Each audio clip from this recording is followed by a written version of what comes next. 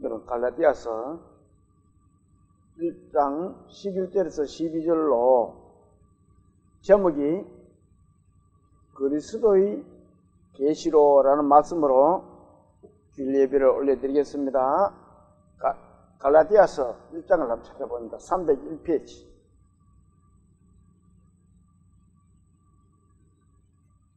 찾았으면은 11절에서 12절을 같이 마음을 모아서 봉독을 합니다. 자, 시작. 형제들아, 내가 너희에게 알게 하노니 내가 전한 복음은 사람의 뜻을 따라 된 것이 아니니라. 이는 내가 사람에게서 받은 것도 아니요 배운 것도 아니요 오직 예수 그리스도의 계시로 말미암은 것이라. 아멘. 기도드리겠습니다.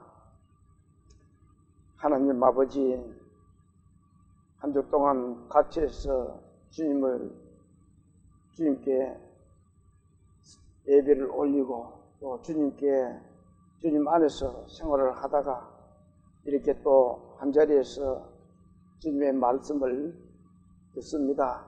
주님, 저희들의 주님의 말씀을 들을 때 마음문을 잘 열고 밭을 잘 갈아주셔서 주님의 뜻이 무엇인지 잘 생각할 수 있도록 도와주시옵소서. 예배를 시작하는 시간입니다. 마치는 시간까지 성령께서 함께 해줄 것을 부탁드리며 예수님 이름으로 감사하며 기도 올립니다. 아멘. 지난주에 이어서 바울 사도가 갈라디아 교회에 쓴 편지 내용을 공부하려고 합니다. 이 시간 우리의 예배가 하나님 아버지와 우리 주 예수 그리스도께 영광이 되는 그런 귀한 시간이 될 수 있도록 하나님께 기도를 하면서 오늘 오전 예배를 시작합니다. 자, 11절을 한번 봅니다. 11절 제가 볼게요. 형제들아, 내가 너에게 알게 하노니. 자, 바울이 갈라디아 교회에게 형제들아 이렇게 말을 합니다. 이 형제는 어떤 사이를 가지고 형제라 그래요? 형제라는 것은 같은 부모, 같은 한 부모에서 태어난 아들과 딸들을 형제라 그럽니다. 남매라기도 하고. 그런데 이 갈라디아 교회의 교인들이 언제 바울과 같이 그렇게 한 부모에게 태어난 역사가 있는지 그럴 수가 없잖아요. 그런데 갈라디아 교회를 향하여 형제들아 이렇게 말을 하고 있습니다. 자, 예수님은 우리 이렇게 말씀하고 계세요. 예수님은 말씀을 한번 봅시다. 마태복음 12장을 한번 찾아봅니다. 신약성경 19페이지입니다.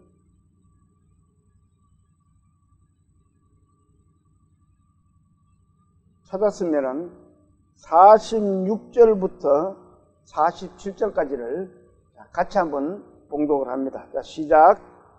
예수께서 무리에게 말씀하실 때에 그의 어머니와 동생들이 예수께 말하려고 밖에 섰더니 한 사람이 예수께 여짜오되 보소서, 당신의 어머니와 동생들이 당신께 말하려고 밖에 서 있나이다 하니. 47절까지. 예수님이 많은 무리들을 모아놓고 예수님이 말씀을 전합니다. 천국 말씀을 전하고 있어요. 그런데 바로 그때에 말씀을 전할 그때에 어떤 한 사람이 예수님 앞에 사람들이 워낙 많이 모였으니까 이 어머니와 형제지만 거기에 접근하기가 힘들었던 모양이에요. 그래서 부탁을 했는지도 모릅니다. 가서 어머니와 우리 형제들이 왔다라고, 동생들이 왔다고 예수님에게 말씀해 주세요. 이렇게 부탁을 했는지도 모릅니다. 그러니까 한 사람이 가가지고 예수님에게 말씀합니다. 밖에 당신의 어머니와 동생들이 와가 있다.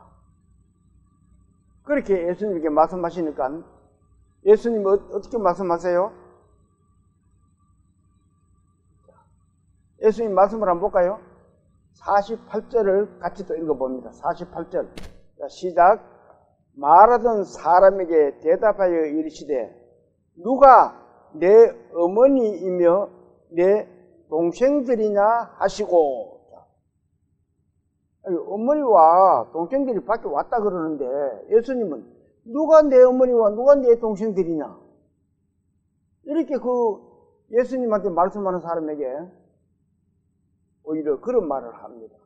자, 이 동생이라는 그 앞에 보면 각주가 달렸습니다. 1번이 있죠. 작은 1번. 자, 밑에 한번 찾아볼까요?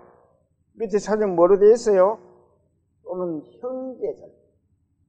동생들이라고 하는 거기에는 형제들입니다. 예수님의 형제들이, 육신의 형제들이 예수님을 찾아왔던 것입니다. 어머니하고 예수님의 말씀을 전하니까 이 동생들이, 예수님의 형제들이 예수님을 못 믿었던 거예요.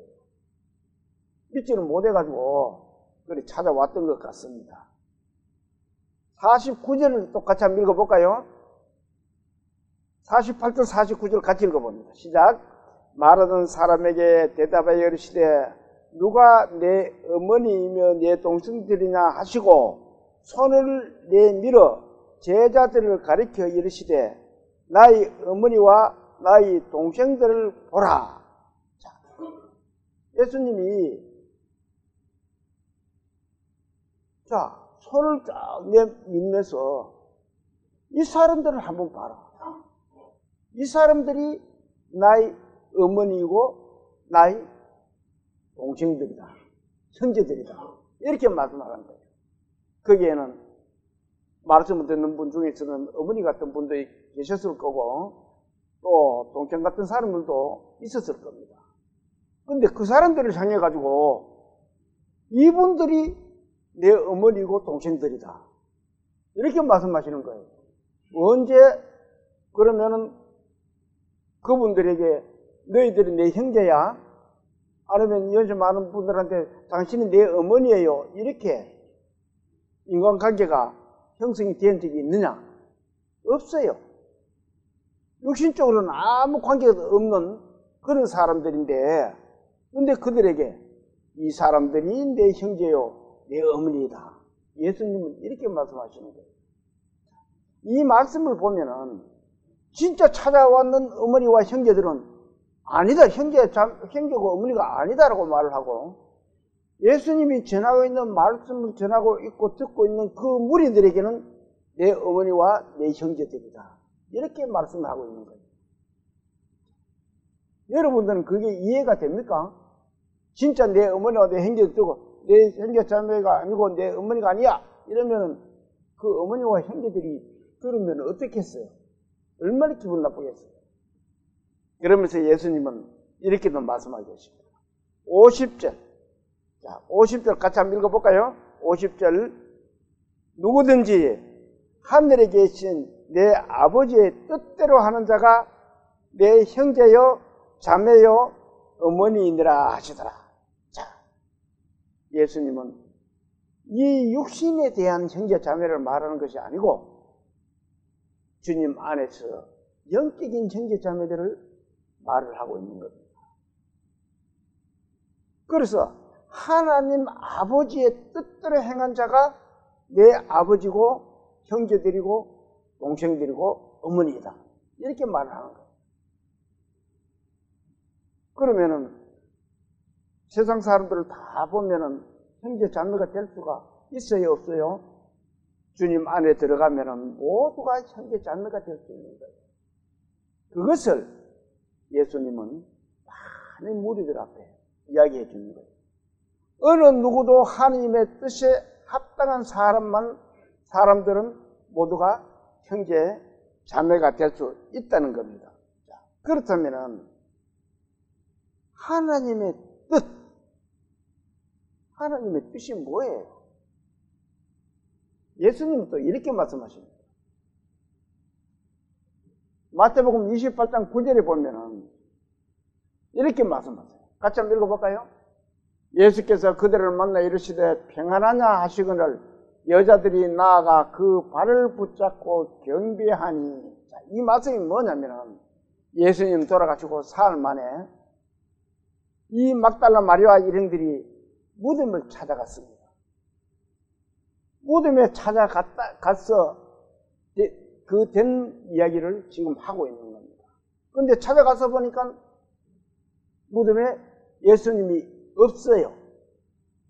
그래서 빨리 돌아와가지고 이 예수님 제자들에게 전하려고 막 돌아서 가는데 예수님이 나타나셔가지고 이렇게 말씀하신 거예요.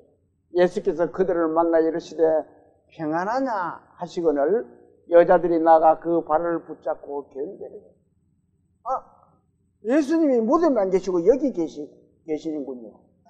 이렇게 하면서 경배를 했던 거예요. 그러면서 10절 또 같이 읽어볼까요? 10절. 이에 예수께서 이르시되 무서워하지 말라. 가서 내 형제들에게 갈릴리로 가라 하라. 거기서 나를 보라. 예수님이 제자들에게 나도 그들과 형제라는 이야기입니다. 첫 열매가 누구예요? 예수 그리스도잖아요. 하나님의 첫 열매가 예수 그리스도. 우리는 그 가지에 붙은 열매들입니다. 내 형제들에게 첫 열매다 내가. 그러니까 가지에 붙은 열매들에게 가서 말을 해라 그 말입니다. 그들도 내 형제들이다. 이 하나님을 믿고 예수 그리스도를 믿는 사람은 다 형제 자매가 됩니다. 그것을 말씀하고 계시는 거예요. 그리고는 나를 믿는 자들은 모두가 형제 자매가 된다는 것을 보여주는 것입니다. 그 형제 자매가 되는 것은 예수님의 보혈의 십자가로 모두가 죄인에서 의인으로 바뀌면은 모두가 형제 자매들이 되는 겁니다. 그 많은 무리들은 모두가 구원받고 형제 자매들인 거예요. 그래서 예수님이 나도 형제다. 그렇게 말씀하시는 거예요. 본문 11절을 다시 또 봅니다.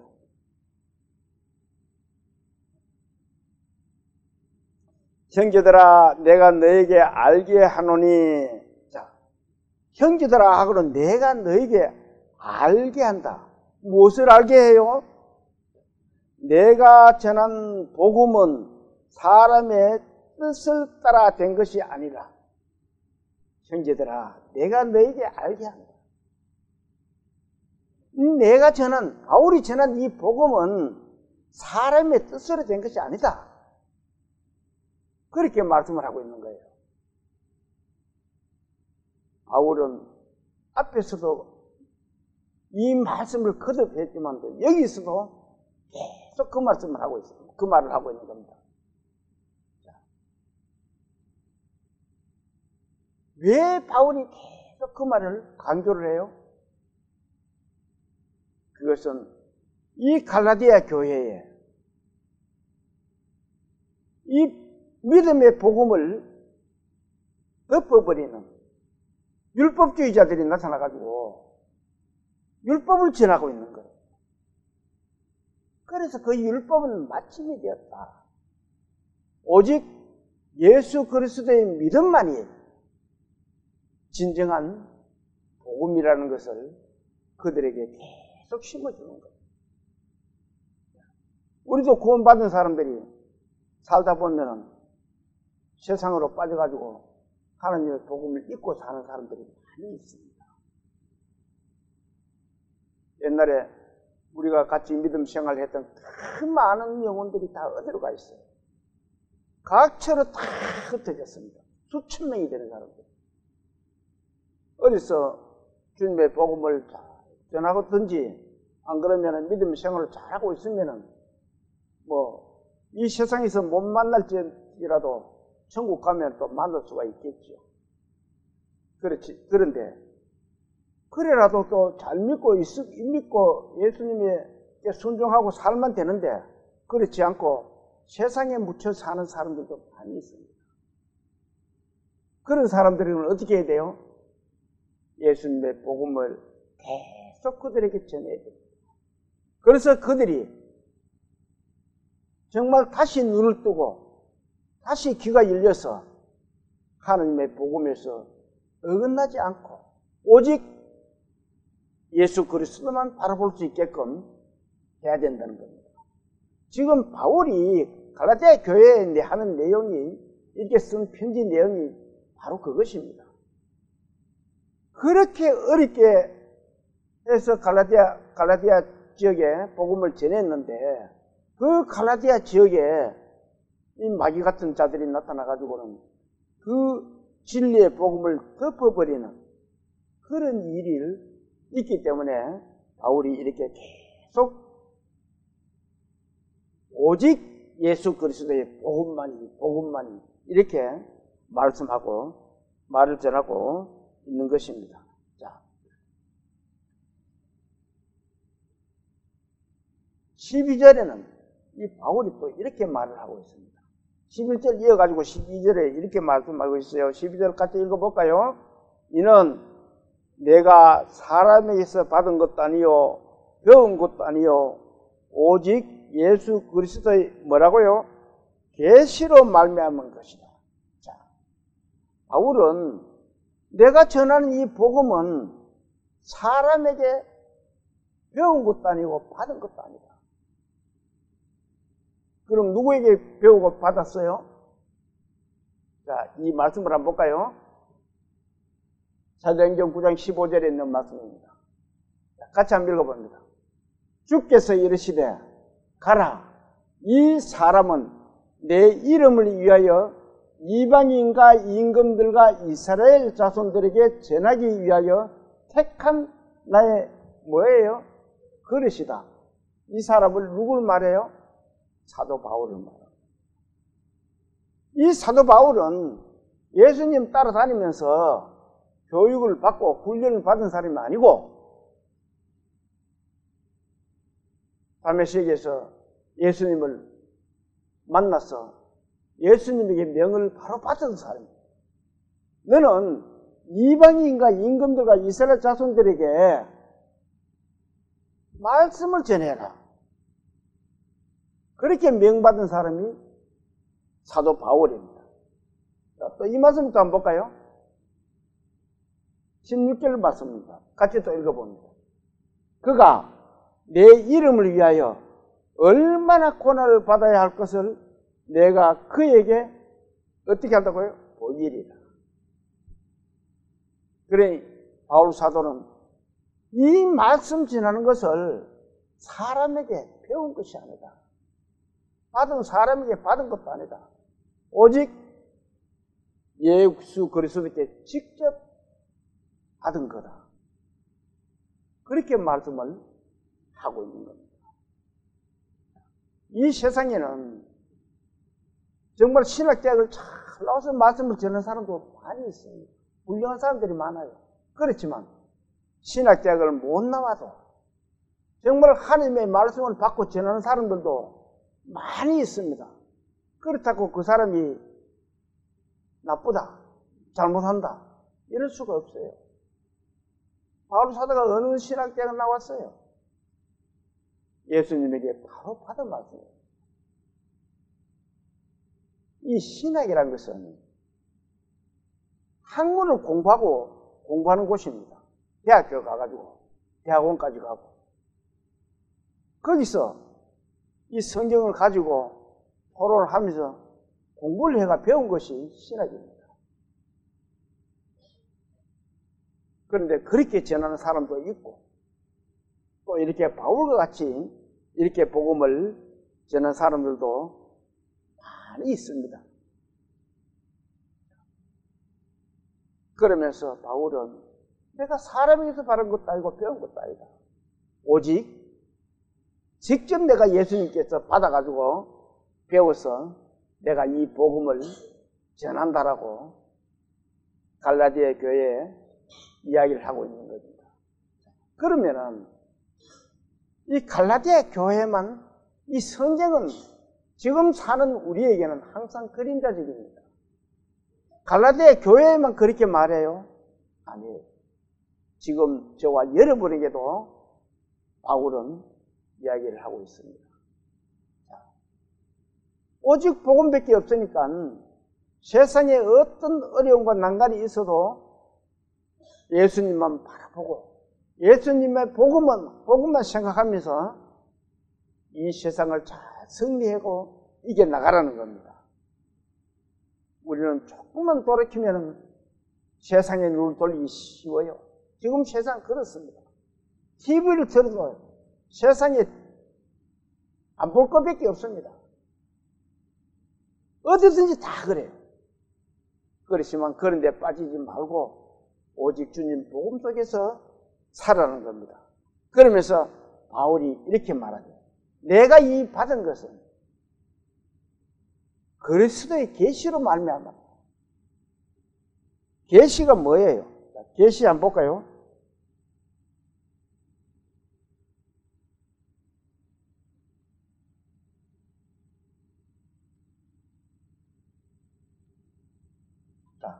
이 한문입니다. 계시라는 말. 이 계시가 열어서 펼쳐서 보여준다는 겁니다. 이 10개짜리입니다. 이 시자가 보여준다는 거예요. 예수님이 이 바울에게 네가 할 일들은 내가 다 열어서 보여준다. 그렇게 이 바울은 이야기를 하고 있습니다. 계시록은 또 이렇게 말씀하고 있어요.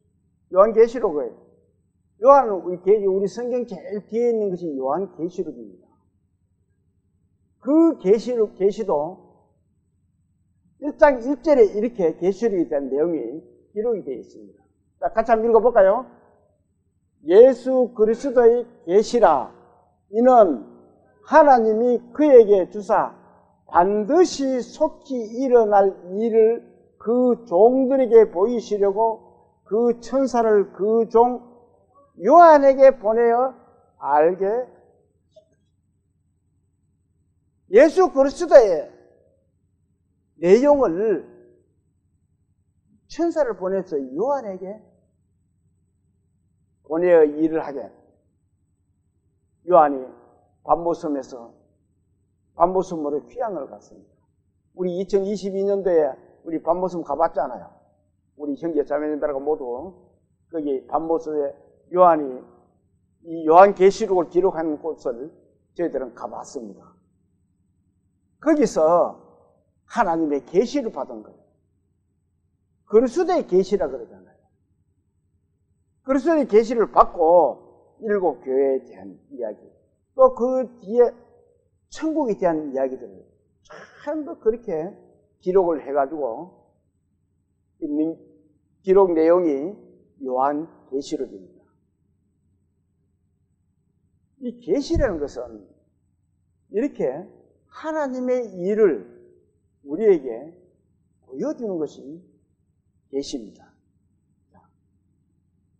바울은 담메섹 도상에서 이 예수님을 만나가지고 주님의 복음을 전할 것을 이방인들에도 전하고 이스라엘에도 전하고 임금들에게도 전하고 그렇게 전해라. 이렇게 명을 직접 받은 사람이에요. 그런데 이 갈라디아 교회에 이 바울을 가서 전한 이 복음이 그들이 왜곡을 시켜서 율법을 가져와서 그 진리의 복음을 덮으려고 한다는 겁니다. 그러니까 바울 사도가 정말 안타깝고 애타는 마음으로 갈라디아 교회들에게 이렇게 편지를 구구절절히 안타까운 마음을 적으면서 오직 예수 그리스도밖에 없다, 그걸 이야기하고 있는 겁니다. 이 바울은 많이 배운 사람입니다. 그렇지만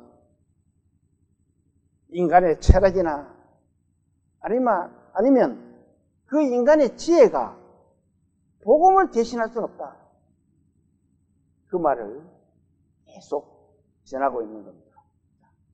예수님의 계시를 받은 이 바울은 이렇게 회상을 하고 있습니다. 13절 한번 볼까요? 13절. 예수님의 계시를 받은 바울의 마음을 이 13절부터 쭉 기록해 놓았습니다. 13절 같이 한번 읽어볼까요? 내가 이전에 유대교에 있을 때에 행한 일을 너희가 들었거니와 하나님의 교회를 심히 박해하여 너라고. 바울은 갈라디아 교회 성도들에게 지난날에 내가 행한 일들을 너희가 들어서 안다라고 이야기합니다. 나에 대해서 너희가 들어서 잘 알지 않느냐, 그 말이잖아요. 그 행한 일이 뭐예요? 하나님의 교회를 심히 박해를 했다. 바울은 정말 교회에 핍박하는 것이 광신적이었습니다. 사람이 죽이는데 같이 거기서 동참을 하고, 또 예수 믿는 사람들을 하나 다 잡아가고 옥에 가두고 그렇게 했던 사람이 바울이잖아요.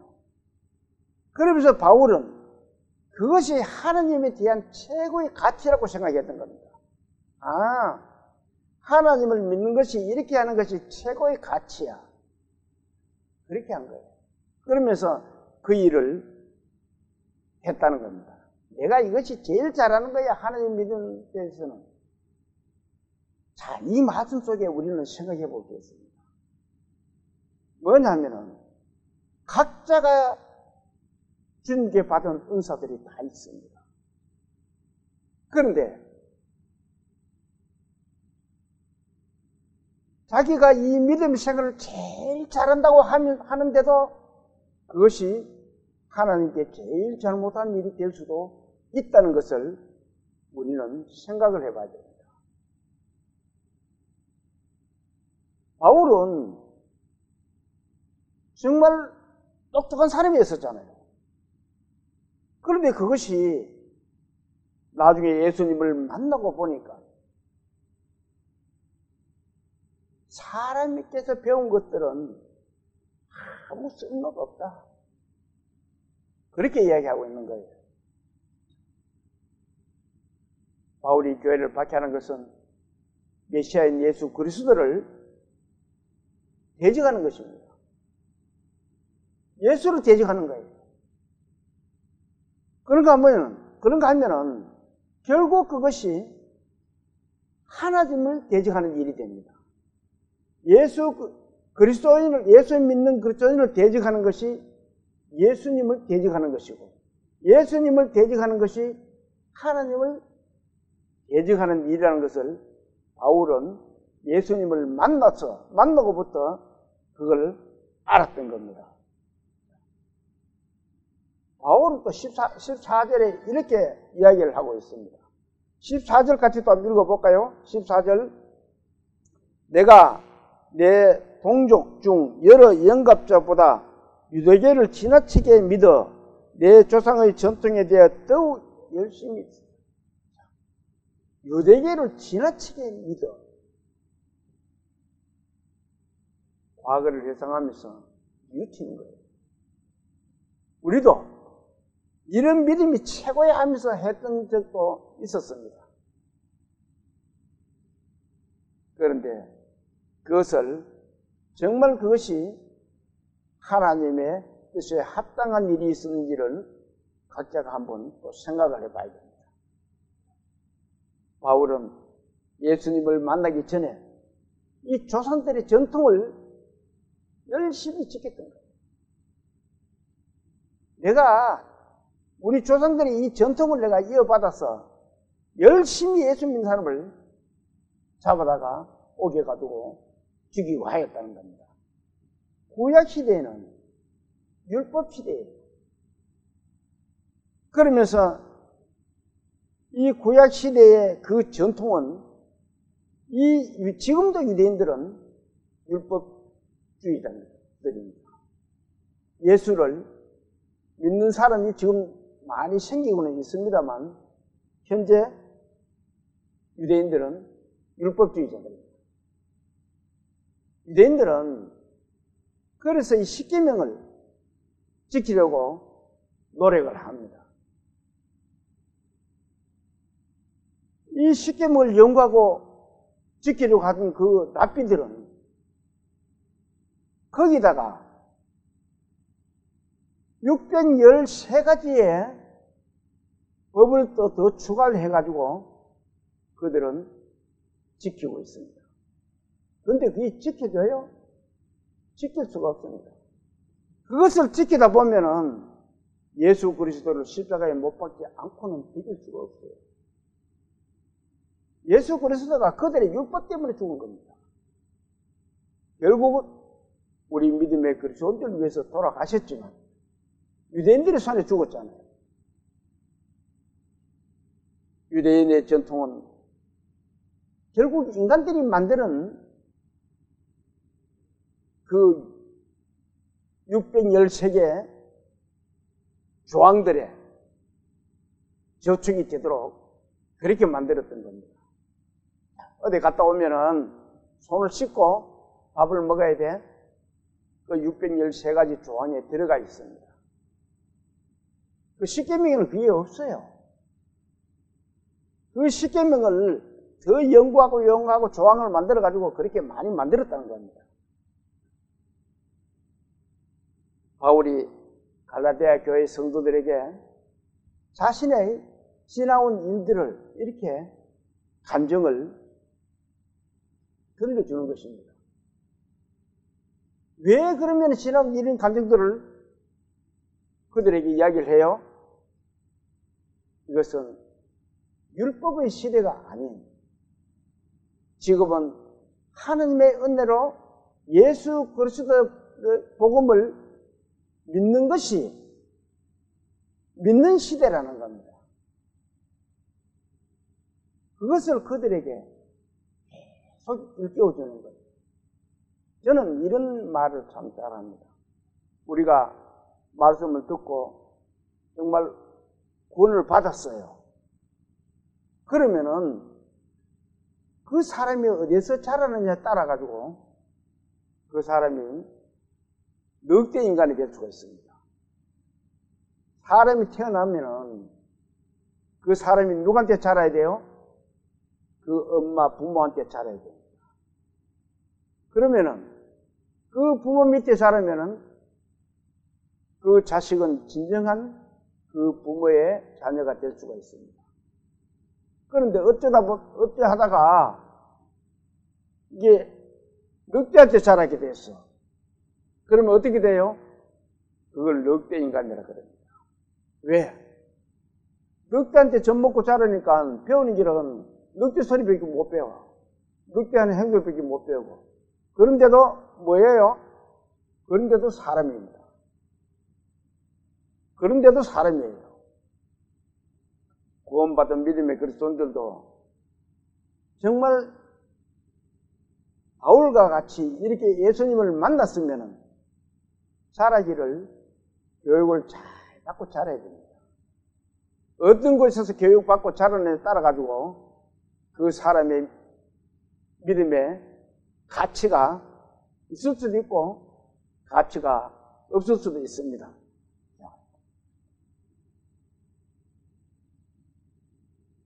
이 유대인들을 우리는 한번 찾아봐야 됩니다. 과연 그러면 유대인들은 어떻게 예수님에게 대했는지를 한번 보자고요. 요한복음 18장을 한번 찾아봅니다.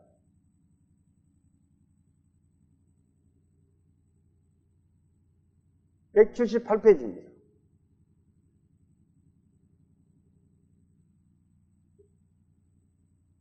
찾았으면 12절에서 14절까지를 같이 한번 읽어볼까요?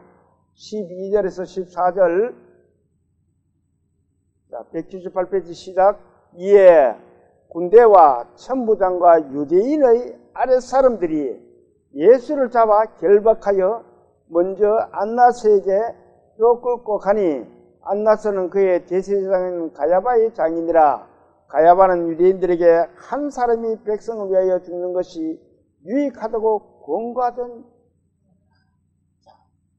유대인들은 이 예수 잡아 죽이는 것이 큰 하나님에게 잘하는 줄로 알고 있는 겁니다.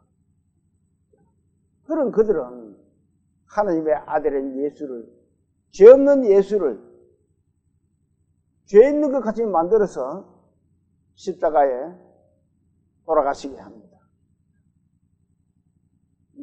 예수님을 심판하는 빌라도는 예수님에 대해서 이렇게 말을 하고 있습니다.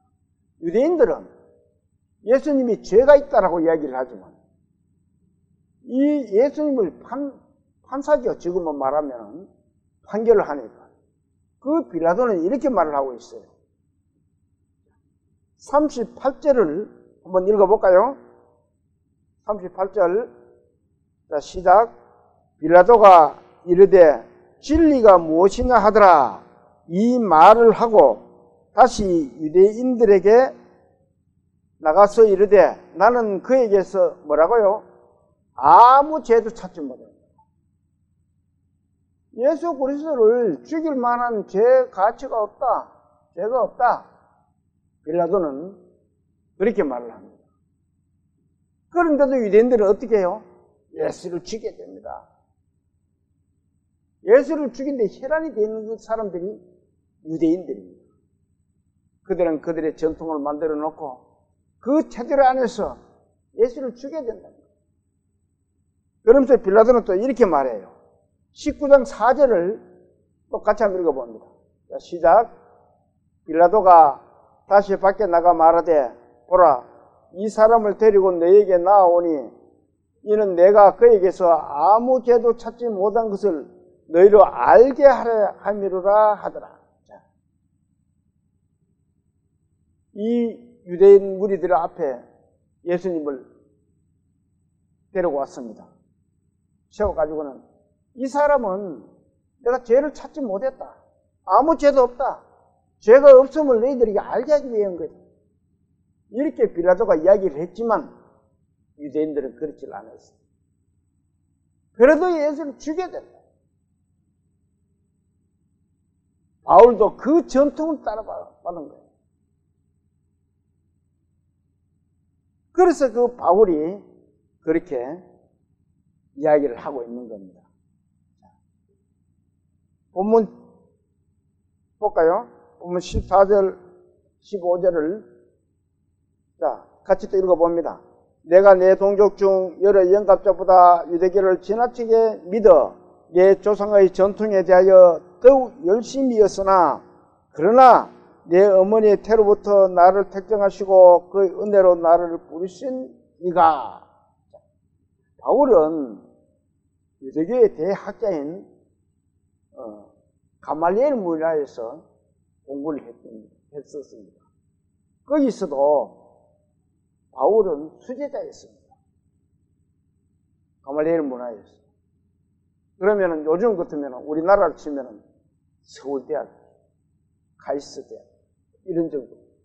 거기에서도 제일 유명한 가말리엘 문화에서 공부를 했는데 거기서도 수제자였습니다.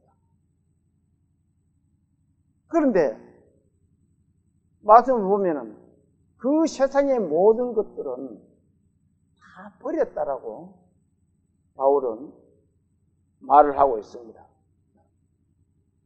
그래서 바울은 내가 그렇게 배운 것도 아니고 그 가마리엘 문화에서 배웠는 그 모든 것들이 나에게 아무 유익하지 않다.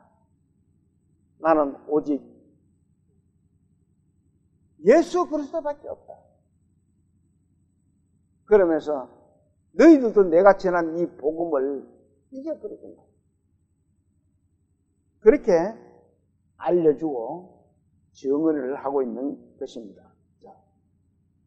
하나님의 은혜로 예수님을 만난 이 바울은 또 이렇게 말을 하고 있습니다. 16절을 같이 한번 읽어볼까요? 16절. 자, 갈라디아서 1장 16절입니다. 시작.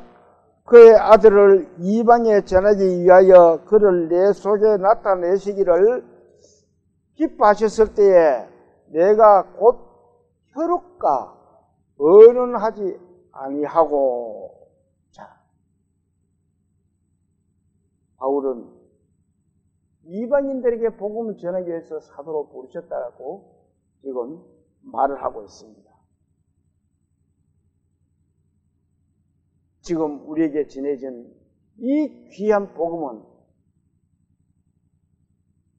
하나님이 쓰시는 이 사도 바울 같은 이런 복음의 전파자로 인해 가지고 저와 여러분에게도 전하여지고 또 구원을 받는 놀라운 역사가 있을 수 있었다는 겁니다.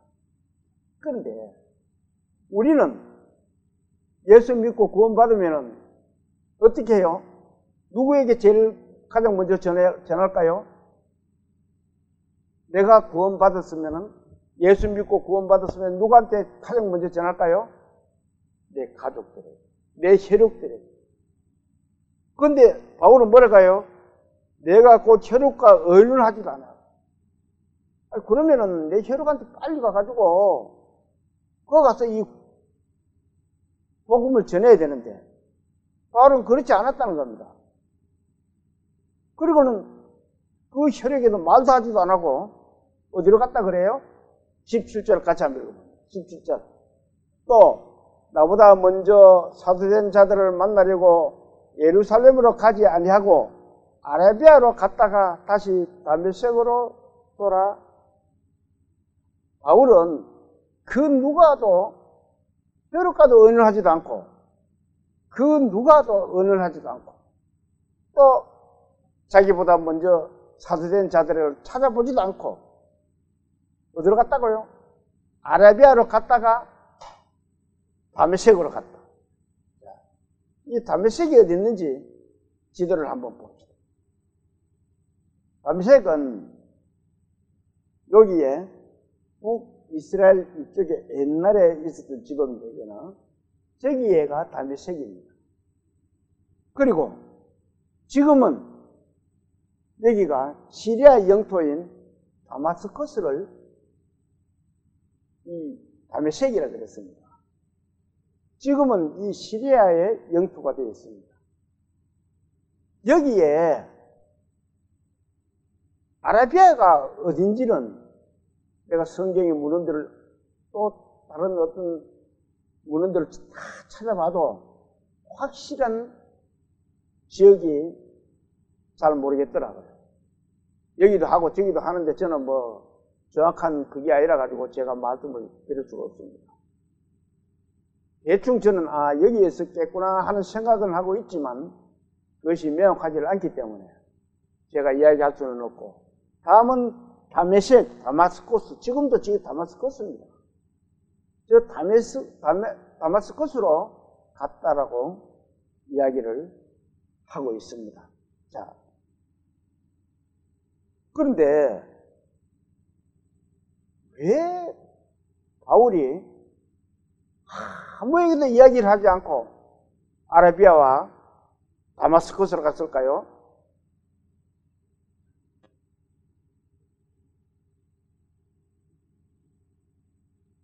이 지도상으로 보면은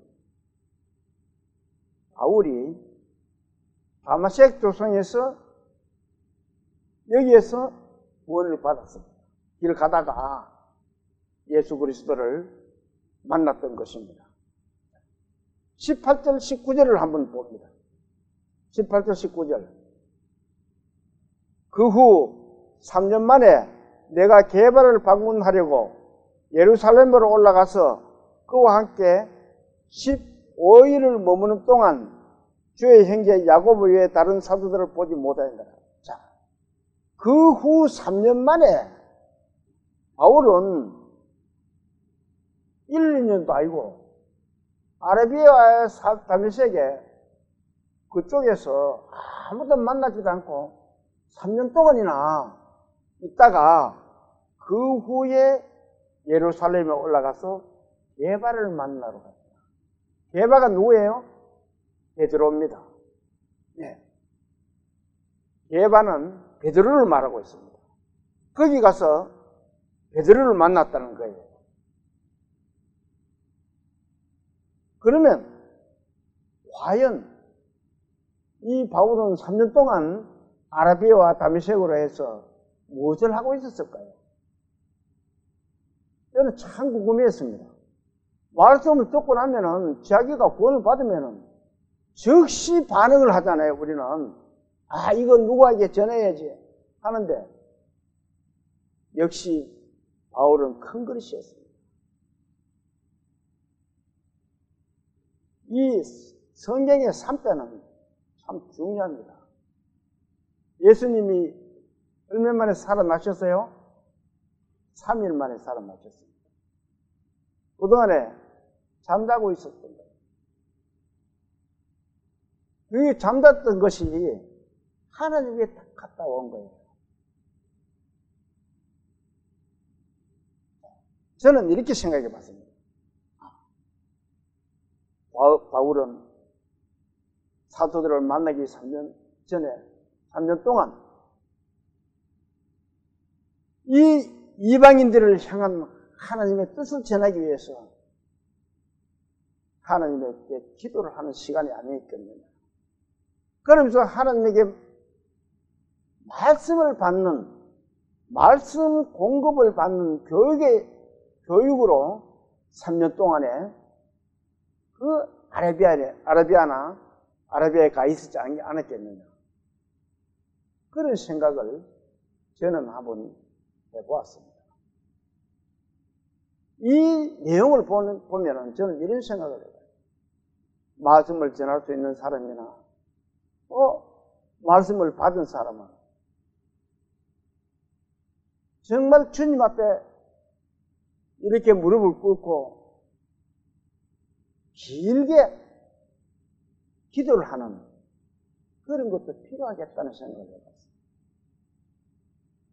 그 3년이 있었기에 바울은 이렇게 갈라디아 이 신약 성경 13권을 기록할 수 있는 그런 사도가 되지 않았느냐 하는 그런 생각을 저는 해봤습니다.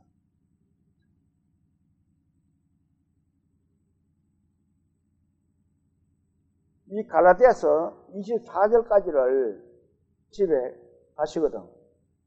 1장을 다시 한번 읽어보세요. 그러면은 바울의 그 심정을 한번 헤아려 볼 수가 있을 겁니다.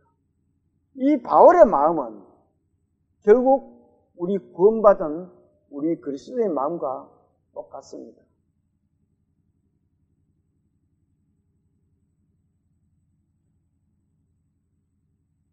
바울도